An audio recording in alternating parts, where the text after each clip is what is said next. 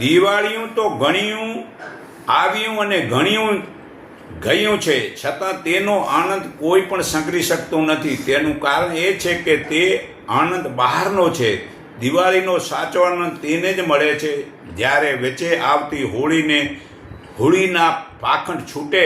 જે હાલમાં ગાંડા તહેવાર છોડીને જે સાચા તહેવારો જે ઉપવાસ કે એકાંત મૌનથી સમજાય છે તે તહેવારોમાં રાજા વગેરે પાસે પોતાના રક્ષણ માટે જવું અને જ્ઞાની પાસે જ્ઞાન મેળવવું છે, ત્યાં તો ગાંડાની માફક નાચવું અને ભજીયા પૂરી હલવો ખાવો છે, તો તે તહેવારો બરાબર નથી. પરંતુ જેના અંતકરણમાં હંમેશા પરમાત્માનો આનંદ દીવા પ્રગટે છે, ઝળહળે છે, તેને પછી દરરોજ દિવાળી જ છે.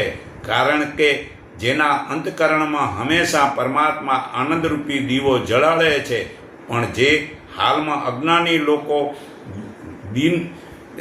ઘીના દીવા કરે છે, મીણબત્તી દીવા કરે છે ને હોળી સળગાવે છે અને ફટાકડા ફોડે છે, તેથી પ્રદૂષણ વધારે ફેલાય છે, તેથી બીજા અનેકને દુઃખી કરે છે.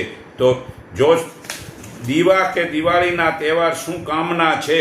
જો સુખ અને શાંતિ જોઈતી હોય તો ભારતના લોકોએ આ વિડીયો સાંભળીને પોતાના દેશની વસ્તુ વાપરવી, પરંતુ કોઈ પણ વિદેશી વસ્તુનો ઉપયોગ ન કરવો. જન્મદિવસ ઉજવો કે લગ્નમાં વિદેશી રિવાજ બંધ કરો, તે લગ્ન દિવસના કરો, તેમાં ફૂલ કે ફટાકડા બંધ કરો. એક પરમાત્માને ઓળખો, એકને માનો. તમે કયા પંથના છો તે કહો કે હું પ્રેમના પંથનો છું. તમે કયા દેવની ઉપાસના કરો છો તો કહો કે હું સત્ય પરમાત્માની ઉપાસના કરું છું. તમે કયો ધર્મને માનો છો તો કહો કે સ્વભાવને મારો ધર્મ છે, તેને હું માનું છું. તમે કયા મંત્ર બોલો છો તો કહો કે હું સોમ મંત્ર જે આત્મા મંત્ર બોલું છું.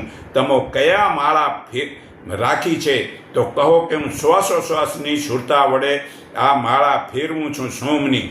તમે અમૃત ક્યાંથી મેળવો છો તો કહો કે હું નાભીમાં 10મા દ્વારમાં અમૃત મેળવું છું. તો તમે કયા વૃક્ષને પૂજો છો તો કહો કે હું મૂળ વિનાના શરીરને પૂજું છું. તો પોતાનું ને જગતનું કલ્યાણ થાય છે.